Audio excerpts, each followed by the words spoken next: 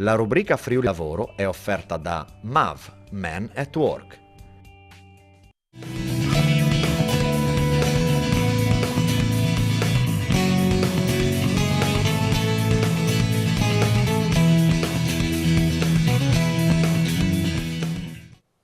Buonasera e ben ritrovati a questa puntata della rubrica di Friuli Lavoro, oggi dedicata all'industria 4.0 e ai modelli di business, come questa interazione fra le due cose porterà a dei cambiamenti nelle aziende e nelle persone che vi lavorano. Siamo in compagnia del professor Carlo Bagnoli. Buonasera professor Bagnoli. Buonasera. Ricordiamo professore ordinario di innovazione strategica all'Università Ca' Foscari di Venezia.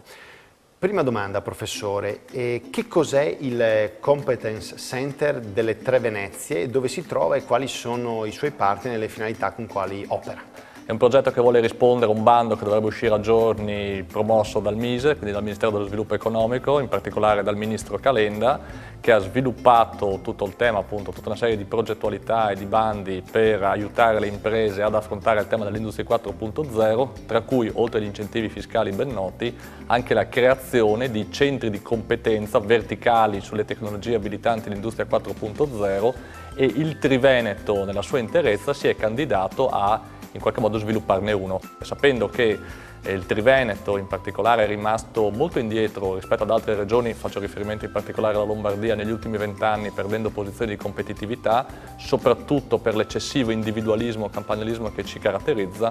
Credo che a livello proprio politico sia un segnale di una importanza fondamentale. La sede, diciamo, più amministrativa di rappresentanza sarà molto probabilmente a Venezia, presso la nostra università, per una questione di centralità e di importanza della città. Mentre a Udine e a Trieste che cosa ci fondamentalmente ogni università avrà dei laboratori specifici, quindi sarà una messa in rete di laboratori con delle persone che tenteranno da un certo punto di vista di portare le tecnologie dalle università alle imprese, e altre persone che invece cercheranno di recuperare i bisogni delle imprese, quindi più market pool, generando delle domande che oggi forse le imprese non stanno sviluppando. Quindi avrà una diffusione territoriale, sarà indirizzato particolarmente alle tecnologie digitali. L'acronimo che utilizziamo è SMACT, quindi dall'idea dello smart, quindi dall'idea del prodotto, del processo intelligente, all'idea dello SMACT, che recupera le tecnologie del social, dell'analytic, del mobile, del cloud e dell'Internet of Things, e sarà focalizzato sui 4 settori del Made in Italy, quindi abbigliamento, arredamento, alimentare e automazione.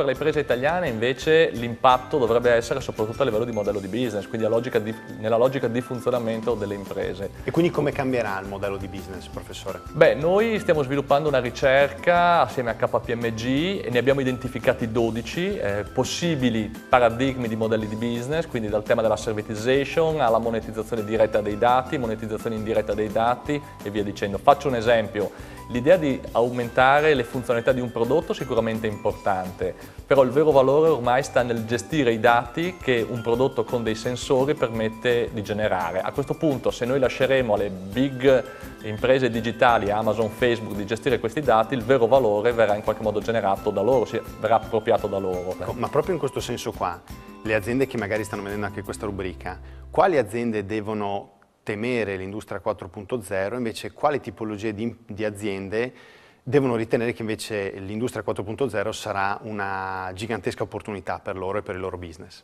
Beh, coerentemente a quello che dicevo prima, l'industria 4.0 può in qualche modo sovvertire i modi di fare impresa. Attualmente le nostre imprese, la maggior parte delle nostre imprese stanno soffrendo, secondo le logiche tradizionali, rispetto ai competitor tedeschi, piuttosto che competitor, che ne so, da una parte tutto il mondo del Far East, piuttosto che il mondo statunitense.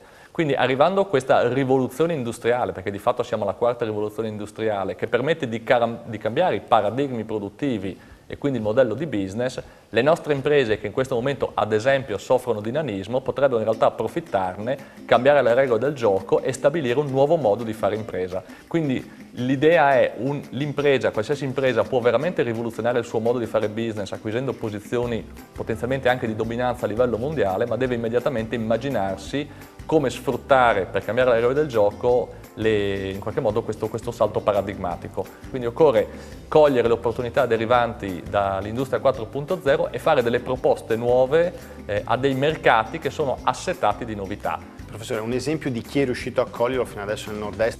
Diciamo che ci sono alcune aziende che in qualche modo stanno tentando di lavorare, stanno immaginando di poter sfruttare queste tecnologie, cercando però di sbagliare anche il meno possibile. Quindi esistono delle realtà che sono già avanti, altre realtà stanno approcciando il problema adesso e il problema è che il tempo è molto molto ridotto. Ci vediamo fra una settimana con un'altra puntata della rubrica Friuli Lavoro.